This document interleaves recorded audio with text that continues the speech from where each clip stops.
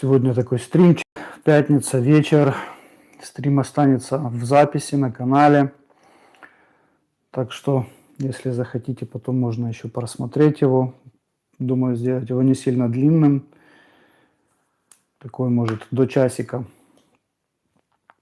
Вот. Просто поговорим. Стрим о переезде. Расскажу немножко, почему я переехал, откуда, зачем, куда.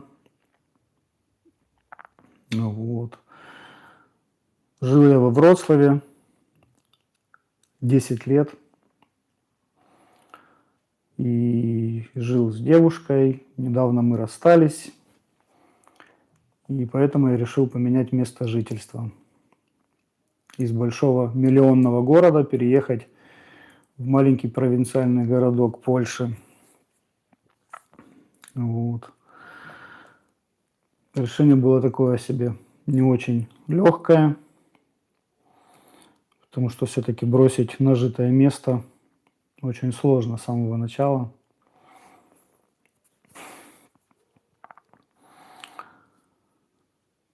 Вот. Переезд прошел тоже достаточно тяжело, потому что в Польше здесь есть такой прикол, что когда снимаешь квартиру, привет, в Польше, когда снимаешь квартиру, подписываешь договор, и такой прикол, что там ты обязуешься, когда при сдаче квартиры, отдавать ее в таком же состоянии, в каком и принимал квартиру. И, соответственно, по пару годах жизни на последней квартире арендованной нужно было и покрасить. У меня, кстати, ролик есть, на котором я показываю, шортс, на котором я показываю, какой я там порядок наводил после 2 лет жизни на последней квартире.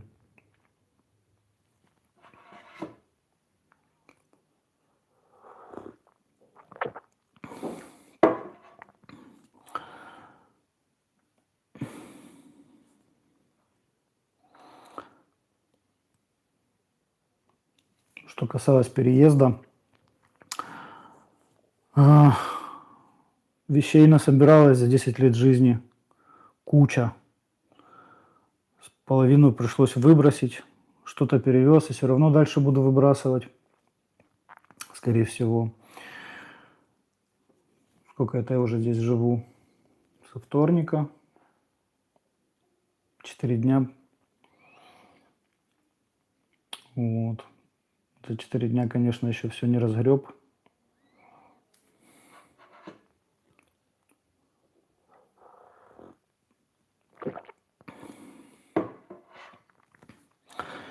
Так что будем еще разгребаться, тут еще куча вещей. Самое главное, что я уже сделал себе, конечно, в первый же день, наверное, во второй день, когда приехал, это интернет себе подключил.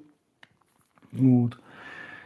Такой кое-какой порядочек навел в квартире, потому что тут тоже старые люди жили. Вот, и, такой себе порядок. Надо было кое-что поподметать, повымывать. Вот, и мой переезд связан, конечно, был в первую очередь с расставанием. Тяжелое было решение, и тяжело это все далось. Skąd jestem?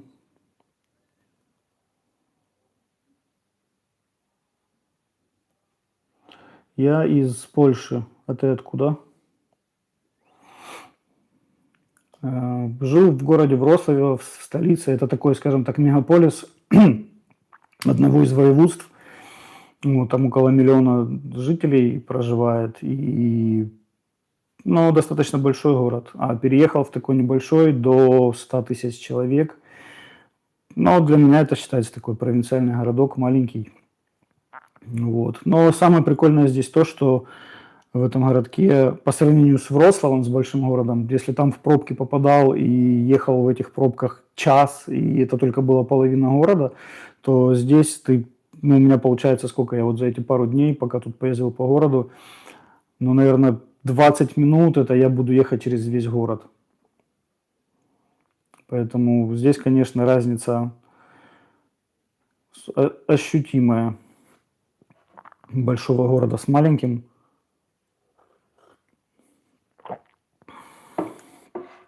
Поиск жилья здесь мне занял буквально полдня, наверное. Я нашел несколько объявлений, сразу поехал, посмотрел квартиры. И, как правило, первая самая квартира, она самая лучшая. И я ее сразу же, наверное, к ней вернулся, к первой, и остался в ней. Вот. Единственное, что здесь мне еще повезло, что очень часто в Польше требуют такое, как когда договор подписывают, чтобы ты написал адрес резервный, на который ты можешь в случае чего выехать. Если у тебя что-то не получится, ты не сможешь платить. Вот, то здесь с этими хозяевами мне обошлось очень хорошо. Мы подписали обычный договор без каких-либо дополнительных адресов. Вот, и как бы нормально здесь заселился в эту квартиру без проблем. Вот, так что... Ну и после расставания такой вот у меня новый этап. Новая жизнь, перемены. Жизнь с самого начала, с самого нуля, со старта. Как будто когда я первый раз приехал сюда 10 лет назад в Польшу, никого не знал, ничего у меня не было. Ну, то есть сейчас, по сути, сделал... Начинается то же самое. Новый этап в жизни. Привычки меняются. Вот. Так что расставание такое себе.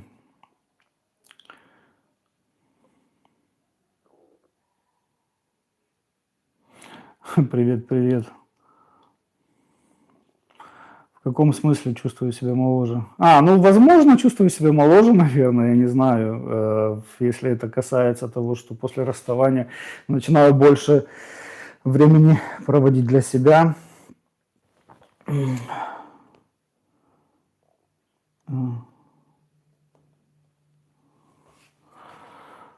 Больше времени для себя. Вот у барбера был недавно. Тоже очень прикольно. Я прям уже успел забыть какие-то ощущения, когда ты у барбера сидишь, тобой кто-то занимается, какие-то там припарочки, какие-то там крема, мази какие-то, то это было очень прикольно, конечно, после барбера. Я давно-давно когда-то был у барбера, и вот последний раз, когда позавчера ходил, и, ну, очень прикольно, конечно, ощущение очень интересное. Привет, привет, всем привет. Вот, и...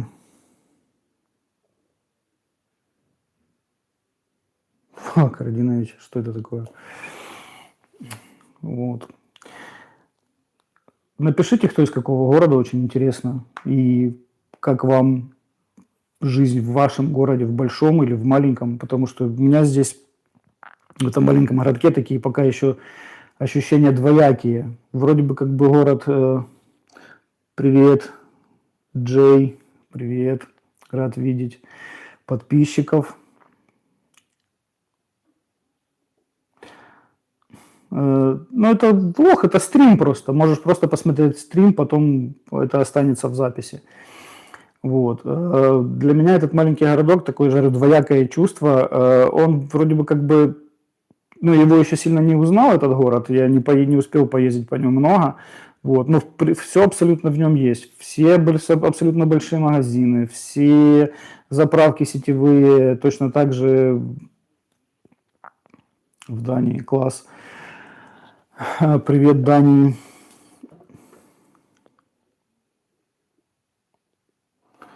Женя в Екатеринбурге. Да, я почему-то так и подозревал, потому что видел... Ты, кстати, подписан на меня в Телеграме, спасибо большое. Вот, всех тоже приглашаю подписаться в Телеграм-канал. Будем делать там группу людей, буду там писать какие-то о стримах, какие-то информации. Ну, вот. Поэтому приглашаю подписаться на канал, тоже на Телеграм. Вот, и здесь тоже точно так же сетевые заправки тоже есть. Все те же самые, как и в том же большом городе. Здесь все те же самые сетевые аптеки, сетевые какие-то супермаркеты. Поэтому, в принципе, особой разницы еще не заметил. Но вот то, что городок поменьше, здесь нету больших, крупных зданий, практически многоэтажек. Здесь, ну, очень много домов, такие 4-5 этажки. Такой, типа, короче, низкий-низкий город. Вот, и... транспорт, в принципе, не пользуюсь, потому что у меня свой личный автомобиль. Вот.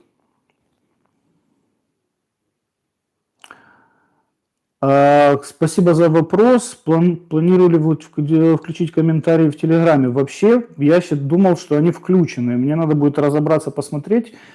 Почему-то я думал, что они были включены. Окей, я займусь этим вопросом. Спасибо. Надо будет посмотреть после стрима. Спасибо за вопрос, Женя. Чувствую себя сегодня, конечно, уже намного лучше. Кстати, вчера у нас был праздник в городе. Я хотел снять, показать вам, хотел снять видео, показать вам, что это за праздник. Праздник, сейчас коротко расскажу, называется «Божье тело». Вот. Польша – это католическая страна, поэтому в Польше очень развито это религиозное все это движение. Вот. Но я был настолько уставший этим переездом, уставший был этим расставанием, что я просто вчера проснулся, зарядил камеру, зарядил дрон батареи, думал поехать поснимать, приготовил обед, короче, лег отдохнуть, и меня, короче, выключило, до 10 вечера я проспал. Потом проснулся, 2 часа, наверное, там что-то еще потусовался, лег спать и проспал сегодня до 7 утра. Но при этом я скажу, что я отлично выспался, я отлично отдохнул, я понимаю, что, скорее всего, мне этого очень сильно не хватало, и мне нужно было просто хорошо выспаться после этого всего напряжения, стресса. Добрый день, я хорошо, ты как? Узбекистан, привет, Узбекистан, рад видеть. Вот, так что сравнение у меня вот сейчас, конечно, с мегаполисом. Я вообще из Украины, из Харькова, в котором было 2 миллиона, больше 2 миллионов населения. Я переехал в Польшу, во Вроцлав, в котором было 1 миллион. Вот, разницы особо я не заметил. 10 лет назад, я, правда, уже и забыл, как это там в Харькове было жить, но скажу, что в Вроцлаве тоже пробки были страшные, пробки мучили. Вот. Вспоминаю, что примерно такие же были в Харькове тоже. Вот. А здесь, конечно, разница просто колоссальная. Ну, я же говорю, я вот отсюда живу, ну, скажем так, близко центра, но не в самом центре. Вот. Тут проехать через центр. Позавчера я в 4 часа вечера, это как раз час пик, я попробовал проехать, у меня заняло буквально 17 минут, наверное, через весь город проехать. Вроцлав красивый. Откуда ты знаешь? Что ты знаешь о Вроцлаве? Был, наверное?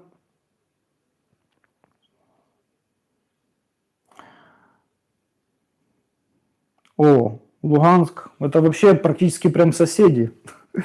Очень приятно. От Луганска до Харькова там, в принципе, не так уж и далеко. Почему выехал из Харькова? 10 лет назад я что-то сидел такой с кумом, сидели, мы думали, что надо куда-то поехать где-то подзаработать, чтобы немножко побольше денег. Вот. И мы поехали, нашли работу в Польше и поехали в Польшу на заработки. Сначала это было где-то около 100 километров от границы с Германией. Вот. Пожили мы в Германии, пожили мы там в том городке небольшом, там вообще там 1015, наверное, населения, просто такая деревушка. Вот. И через месяц работы мы поработали на заводе в Польше, и я такой, типа, говорю, нет, ну, на 3 смены работать вообще не хочется, это достаточно тяжело, вот. И мы решили переехать во Вроцлав. Я нашел работу во Вроцлаве электриком, вот. И мы для одной очень крупной фирмы, которая строит заводы, мосты строит офисные такие небоскребы, вот. И мы там как подрядчики устроились работать электриками. Ну и так и остался. Вот. Поэтому вот и выехали из Харькова. Вот. И один раз через полгода я потом, когда выехал сюда в 2016 году, через полгода я поехал в Харьков проведать родителей и вернулся в Польшу, и после этого уже больше не выезжал в Украину. Такие вот дела.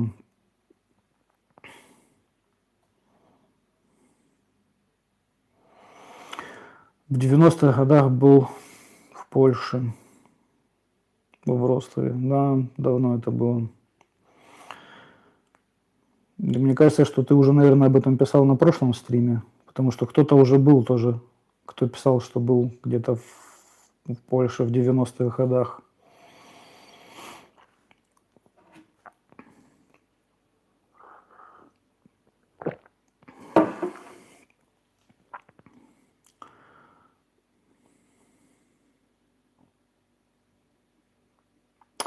Да, бывает такое, что чаще всего это происходит где-то около 3 или 4 часов ночи, когда я просто просыпаюсь, просто ни с того ни с сего. Но опять-таки я прекрасно понимаю, что это все было из-за нервов, из-за этого у меня был нервный срыв в какой-то момент, когда я перестал записывать шорты.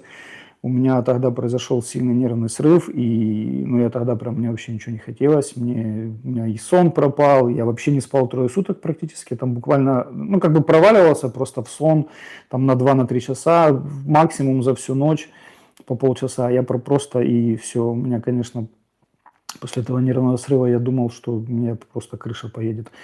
Вот. Но потом как бы немножко собрал себя в кучу и понял, что ну, нужно что-то делать дальше. Вот. Какие-то там успокоительные начал пить, вот, но все равно это все временно, оно помогало буквально там на какое-то время, и вот, поэтому расставание, конечно, это очень такая неприятная штука, вот, и она дает о себе знать, поэтому никому не рекомендую пережить такое состояние, конечно, это такое, как будто от тебя просто кусок оторвали, и все. Мелатонина, да, доступный мелатонин, да, я знаю, мне уже многие писали об этом мелатонине, что нужно попробовать его попить. Я вот не знаю, может завтра пойду в аптеку. У меня, кстати, здесь аптека под домом, скорее всего, пойду туда. Спрошу об этом мелатонине, потому что... Ну, сейчас у меня уже сон более-менее стабилизировался, сейчас уже более-менее нормально. Вот. Так что, не знаю, может быть уже и не придется его... Хотя, ну, наверное, все-таки стоит попить, это не помешает.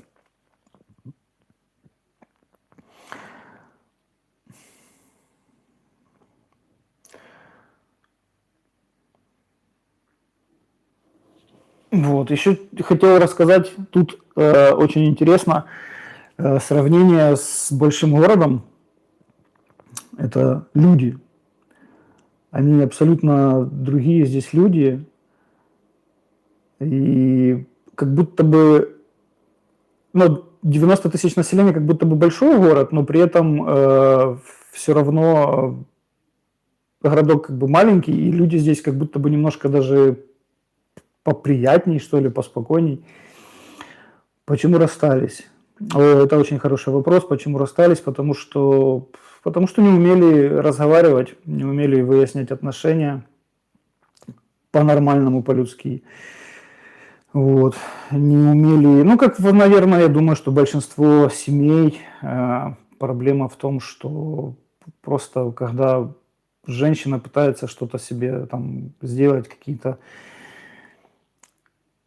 Мне кажется, что женщина просто старается делать больше, чем от нее требуется. И если она что-то делает, старается, а мы, мужчины, как бы этого не ценим, то женщины обижаются потом, что мы этого не ценим, а ну, как бы мы об этом, скажем так, возможно, даже и не просили, и не догадывались. Ну, сложно объяснить. Недопонимание сплошное. Когда люди не понимают друг друга, то вот и происходят скандалы какие-то потом.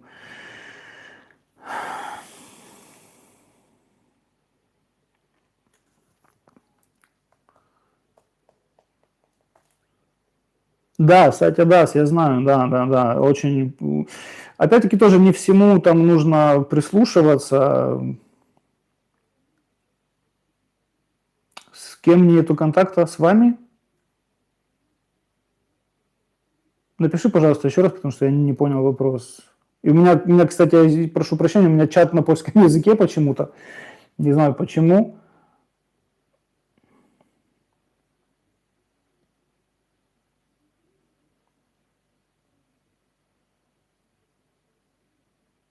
Не поддерживаем ли мы контакт сейчас? Окей, добро, понял. Нет, контакт мы сейчас не поддерживаем. У нас была пробная терапия, одна с психологом, которую мы с треском провалили. Вот, и решили пока решили взять паузу в отношениях и не продолжать. Ну, я решил даже пока не продолжать вообще общение, потому что мне кажется, что она как будто бы дает мне еще какую-то надежду, что, возможно, позже, когда мы поработаем отдельно с психологом, потом, может быть, поработаем вместе, может быть, после этого у нас что-то опять получится, будем вместе. Вот я уже не хочу этих качелей, мне это уже настолько надоело, что просто, ну, как будет, так будет. Как бы, ну, я не хочу уже ни на что надеяться, не хочу ничего ждать, ну, как бы мне это... Ну, и другой вопрос, а надо ли мне это потом будет через каких-то там полгода, когда она вдруг решит, что вот ей, ну, все-таки хочется быть вместе. Посмотрим. Очень тяжело.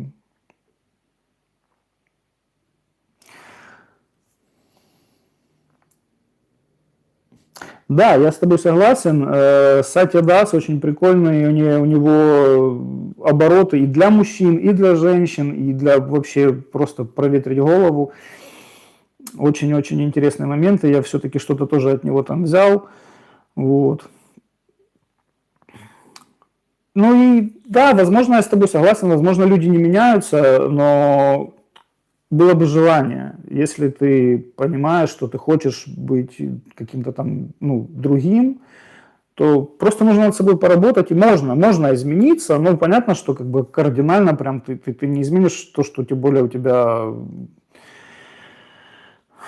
на ДНК от родителей.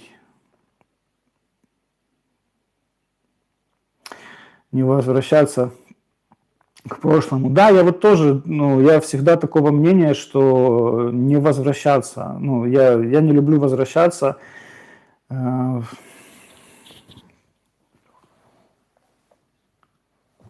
Да, время все исправит. Я не люблю возвращаться, потому что ни на работу на старую не люблю возвращаться, потому что то, что было, то прошло, как бы. Ну и возвращаться точно так же в отношения, и потом с надеждой, что что-то у тебя получится, а потом в этих отношениях, то есть опять тратить время на что-то, ну...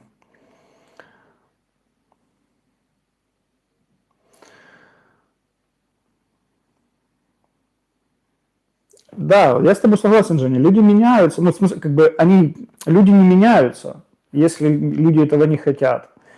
Если же ты это хочешь, то, ну, то ты можешь измениться, ты можешь просто над этим нужно работать. Да, правда, не будет уже... Опять-таки, все равно насобирались какие-то обиды, насобирались какие-то претензии друг к другу. Правильно ты говоришь, недоверие какое-то появляется. И от него, чтобы избавиться, это нужно либо просто, я не знаю, сколько вместе проработать с психологом, чтобы...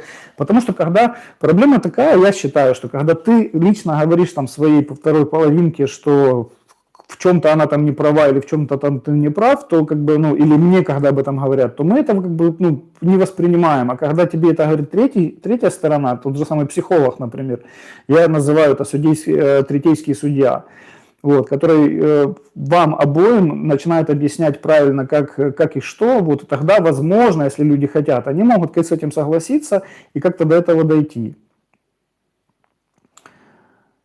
Жизнь есть так короткая, что не тратить время на такие... Ну, да, возможно, в этом правда. Валерон, возможно, ты и прав. Потому что, ну, смысл возвращаться туда, откуда ты... Как говорится, да, есть такое выражение, что 2 раза в одну и ту же воду невозможно зайти. То есть, как бы, ну, ты уже был в этих отношениях, ты зашел в эти отношения, ты уже там все полностью изучил, ты... Не знаю, сложно мне сейчас адекватно об этом говорить, потому что еще прошло слишком мало времени после расставания, и просто понять, как поступать правильно, еще тоже не особо могу.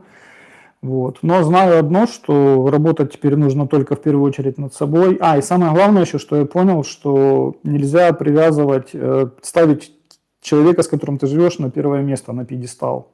Потому что когда ты ставишь его на первое место, то ты начинаешь терять себя, ты начинаешь себя меньше уважать, меньше себя, ну, ограничивать, начинаешь себя больше в чем-то. И поэтому мне кажется, что это очень, очень неправильно ставить человека другого на первое место. И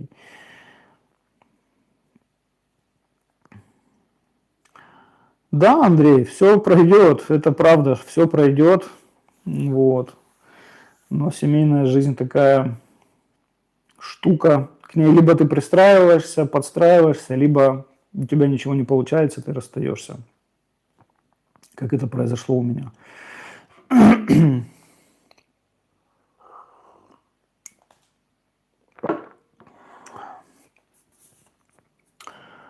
Как болезнь. Ну да, это как болезнь, точно.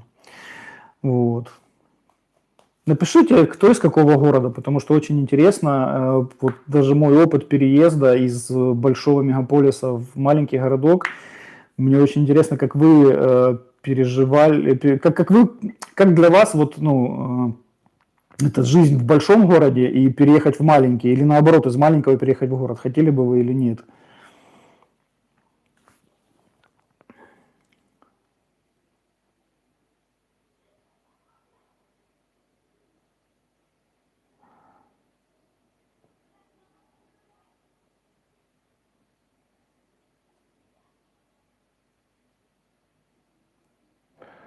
Какие-то здесь смс-ки.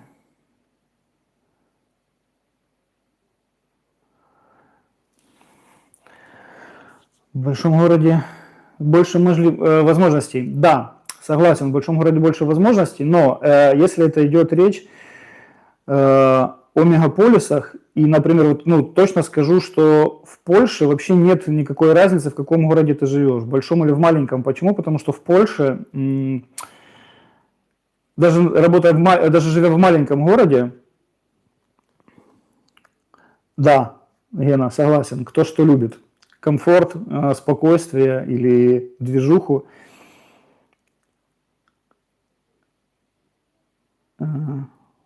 Работал в Польше. Очень сильно зависит от того, например, вот здесь, в этом городке, в котором я сейчас живу, здесь есть такая, как называется, это бизнес-территория, то есть какие-то заводики. Поставили, там типа выкупили землю, построили заводы, и на этих заводах люди работают.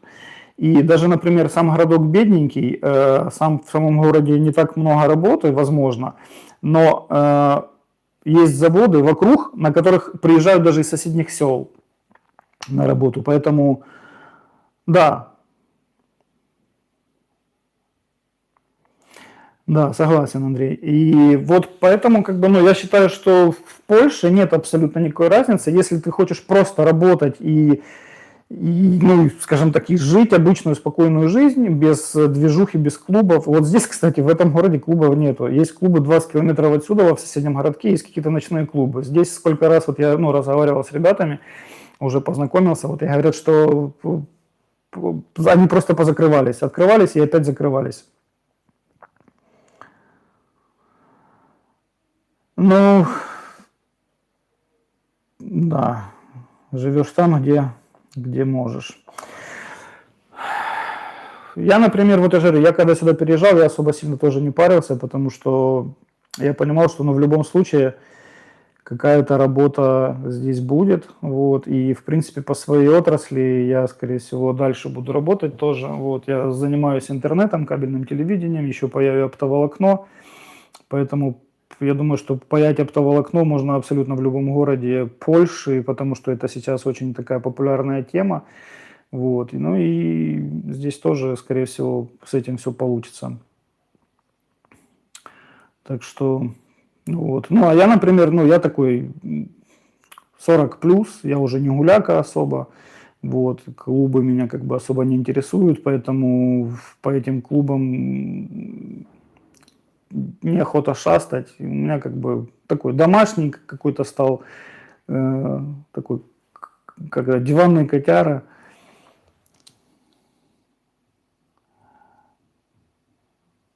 Что тебе выслать? Твоим критерием было то, чтобы Госпиталь был близко, магазины максимально 30 минут до работы. Ну да, да, да, да, согласен. Над озером Байкал. Ну да, я представляю. Да, я представляю над озером Байкал жить. Конечно, это очень прикольно. Здесь в Польше тоже есть такое морское око называется, то есть морской глаз. Тоже это такой польский Байкал. Прозрачная, чистейшая вода, находится окруженная горами. Вот, и там виды тоже просто сумасшедшие. Вот, Байкал, конечно, представляю, тоже очень красиво. Чистый воздух, красиво. В маленьком городе связи. Да, да, согласен. Быстрее можно найти какие-то, быстрее можно навязать контакты какие-то, завести.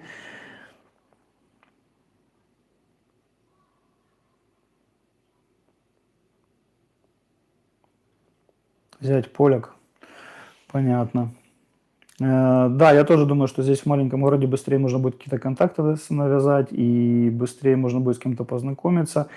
Но и здесь тоже есть такие, как они называются, эти сообщества, типа в группы всяких, телеграммы, в фейсбуке, где вот у нас, например, здесь есть группа в городе, и там есть одна активная дамочка, которая постоянно какие-то там организовывает даже просмотры фильмов на украинском языке в кинотеатрах, в польских, какие-то мультики, там люди делятся, кому что отдать.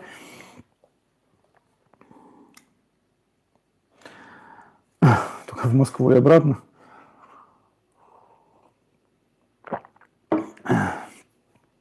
Так что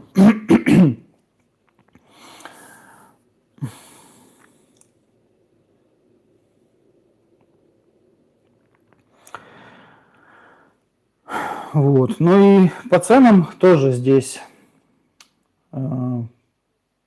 все то же самое, как и в большом городе.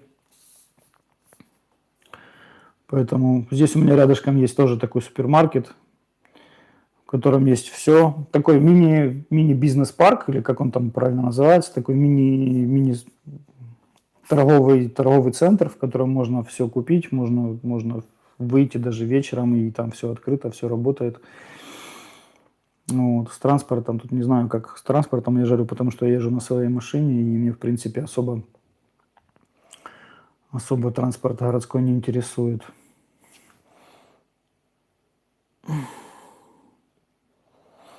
Скажите, пожалуйста, как уже полчаса стрима, а я забыл спросить, как звук, потому что я новую петличку пробую.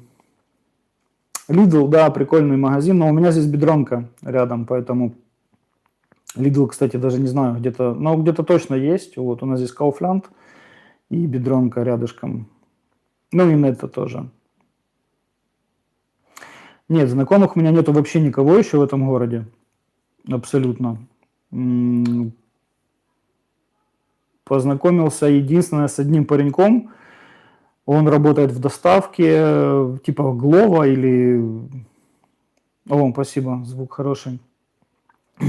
Он работает в доставке здесь, в городе.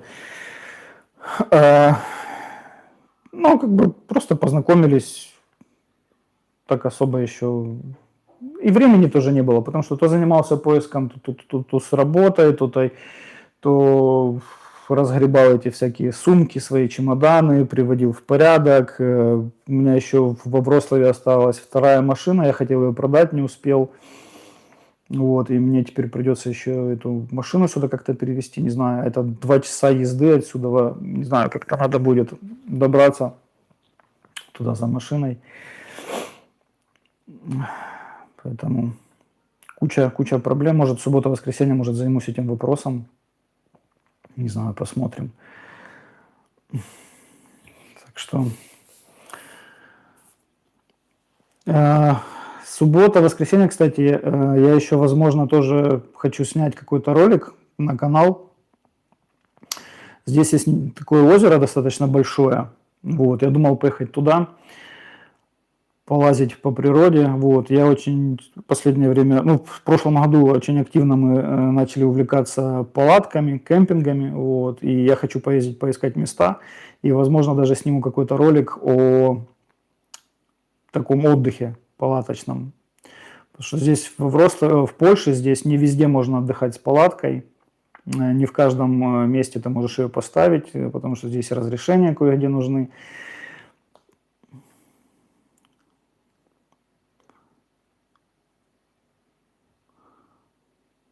Не понял. Да. Справа дела текущие. Вот. Поэтому было бы интересно, конечно, если бы еще вы написали, что вы хотите увидеть в моих роликах каких-то, что снять, что показать, может быть, какой-то даже стрим пройтись по городу или просто какой-то ролик записать об этом городке. Ну, вот, потому что городок, я же говорю, достаточно небольшой. Я даже, в принципе, могу на самокате, на электросамокате проехаться, наверное, его весь на одном заряде и показать польский провинциальный городок.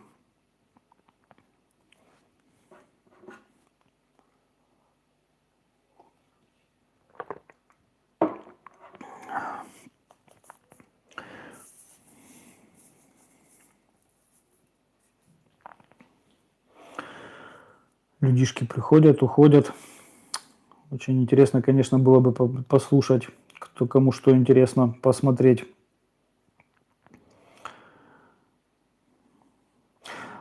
Да, во-первых, мне кажется, самому в себе было бы хорошо проветриться, какую-то прогулку сделать. Возможно, даже, я же говорю, возможно, даже завтра с дроном поеду, поснимаю, что-то там покажу, как это выглядит. Это отсюда километров, может, 30.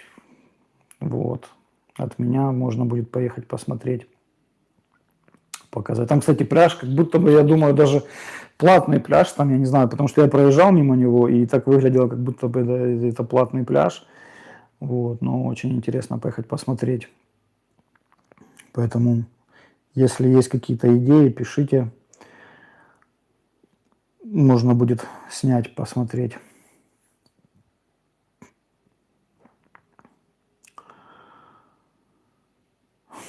Ну что, я думаю, может быть, на сегодня достаточно. Почти 40 минут. Это мой второй уже стрим. Вот. Так что тоже тестирую свои возможности, ваше терпение. Люблю ли я суп?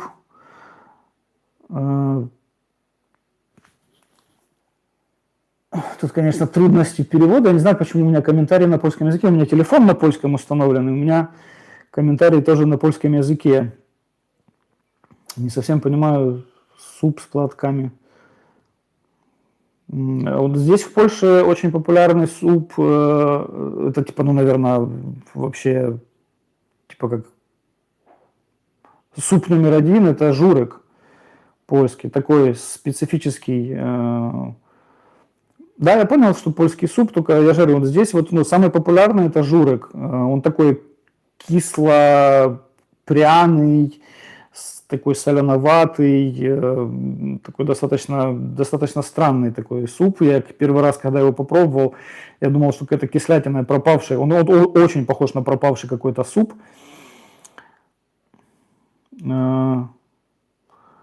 Ага, все, я понял. Ненавижу. Это ужасно. Он так воняет. В Польше живу 10 лет.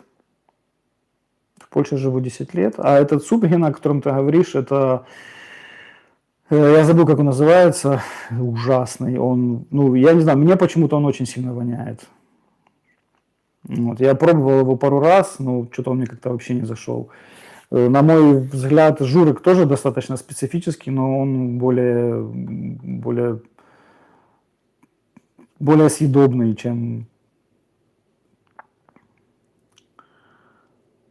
Я забыл, как он называется, не помню. С желудками. Ну, неважно, не суть. Вот. Кстати, тоже можно будет прикольно снять ролик какой-то, показать польские какие-то блюда, которые нестандартные, которых нету привычных для нас там в странах СНГ. Вот, я думаю, что можно будет взять какой-то такой обзор на польскую кухню, попробовать по польским каким-то там кафешкам, походить, поснимать и... Да, да. Селедка здесь вообще очень сильно соленая по сравнению с нашей. Здесь селедка неимоверно соленая. Я не знаю, как они, что они так засаливают, что ее просто, ну, после нее сушат, пить хочется невероятно. Ее больше, наверное, какую-то к чему-то давать, чем с луком, например, со свежим луком ее порезать и с масличком чуть-чуть, то тогда еще более-менее съедобная. Вот, а так, конечно, очень, очень соленая.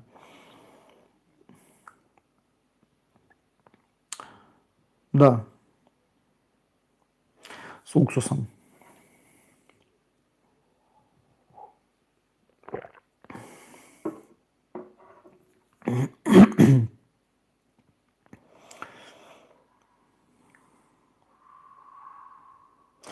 Я тебе скажу, что здесь тоже со сметаной.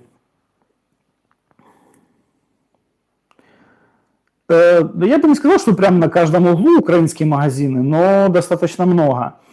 Вот. А здесь вот эту селедку со сметаной ее здесь тоже делают, и тоже достаточно популярная тема, либо просто в масле с уксусом, либо со сметаной. Это не только в Германии, это точно так же и в Чехии. Вот я недавно был, кстати, на свой день рождения, в первый день после расставания со своей девушкой, вот, я уехал в Чехию и был там в корчме, то там тоже подавали вот такую селедку со сметаной. Ну, там в основном, конечно, гуляши с дичизны, с этого, с оленей, с кабанов.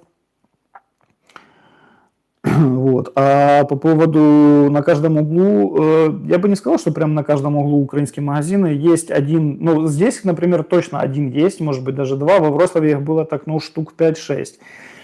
И, конечно, сейчас с каждым разом их все больше и больше.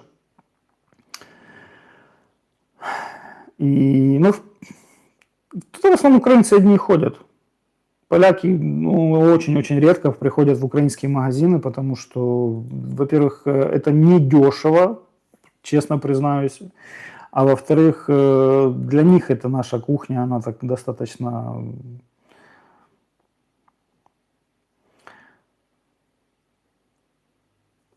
Да. Кстати, здесь тоже видел прикол такой, продукты в украинских магазинах с наклейками с немецкими. То есть привозят, скорее всего, из Германии в Польшу, то есть из Украины везут в Германии клеят наклейки, и потом их перевозят в Польшу.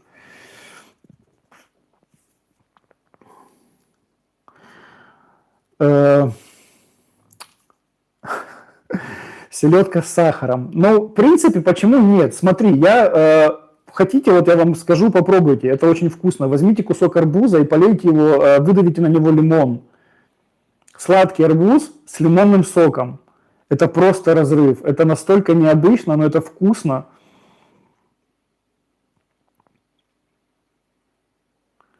Да, перед войной было украинцев очень много. Я когда сюда приехал, у меня был такой прикол, что я шел по магазину, там по супермаркету какому-то, да, и вот, ну, со своей там бывшей, скажем так, и мы такие, типа, о, смотри, типа, кто-то там по-нашему говорит, там, по-русски или по-украински, типа, о, свои, и так все шепотом, так потихоньку, вот, а сейчас ты просто идешь по супермаркету, и ты, ну, ты прям вообще практически не слышишь поляков, поляки шепотом сейчас разговаривают.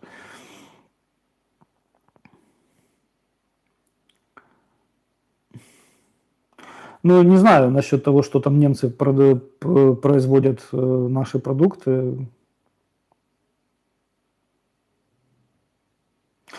Да, тоже ел когда-то с батоном. Или белый хлеб, или батон с арбузом. Да, тоже было. Нет, гражданство еще не получил. Я сейчас жду на резидента. Вот, это постоянный вид на жительство. И, ну, не совсем уверен, что хочу вид на жительство получать в Польше. Пока, ну, пока мне это так особо нету в этом необходимости. пока мне достаточно будет и постоянного вида на жительство. Это называется резидент долговременный, если по-русски так это перевести.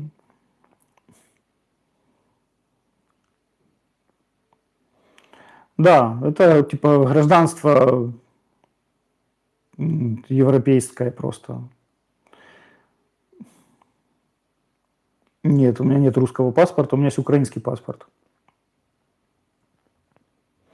Разница резидента долговременного Европы – это, ну, разница от гражданства только в том, что ты просто не можешь голосовать. Вот, по сути, и все. Ну, единственное, что ты, возможно, с того, что я помню, ты не можешь пользоваться безвизом, как, например, поляки. То есть поляки пользуются безвизом, и ну, в ту же самую Америку полететь, например, то, будучи резидентом, ты не можешь воспользоваться этой услугой.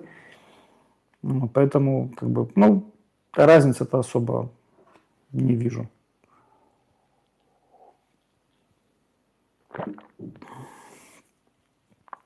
Поэтому можно ездить. Есть временный вид на жительство, который дается там типа на 2-3 года. Вот, можно с ним ездить. Ну, а когда у тебя уже резидент, это дается на 5 лет, и тогда ты уже можешь... И потом он автоматически продлевается каждые 5 лет. Поэтому, будучи резидентом в Польше, то, в принципе, тоже это вот достаточно неплохо. Не обязательно быть даже гражданином.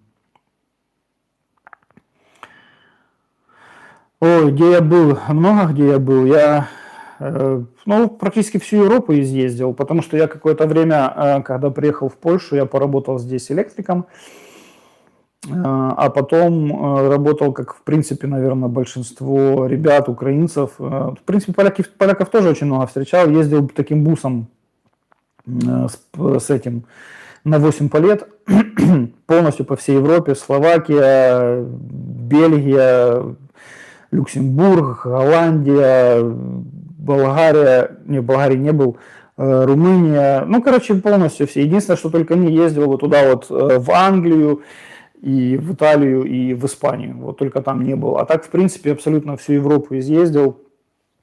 Это если речь идет о том, что когда здесь уже жил в Польше. Вот. Ну и в Швейцарию летал когда-то с одним знакомым немцем. Там был аукцион военной техники. Ну, точнее, как бы армия распродавала свою технику. То есть это не военную, а обычные легковушки, там грузовики какие-то. Вот и мы ездили туда на аукцион, покупали в Швейцарии грузовик. И потом гнали его через Германию, через всю Польшу. Вот. Ну так, ну, в принципе, много где побывал. А будучи еще, когда жил в Украине, ну, то практически всю Украину, Россию, Азербайджан, Абхазию изъездили, Кавказ, очень много где были тоже.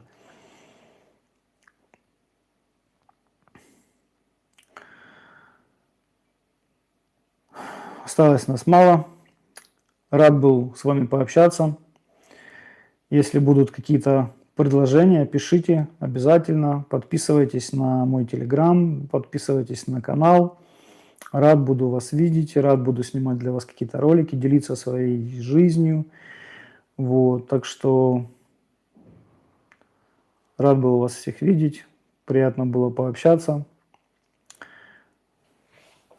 Всего хорошего.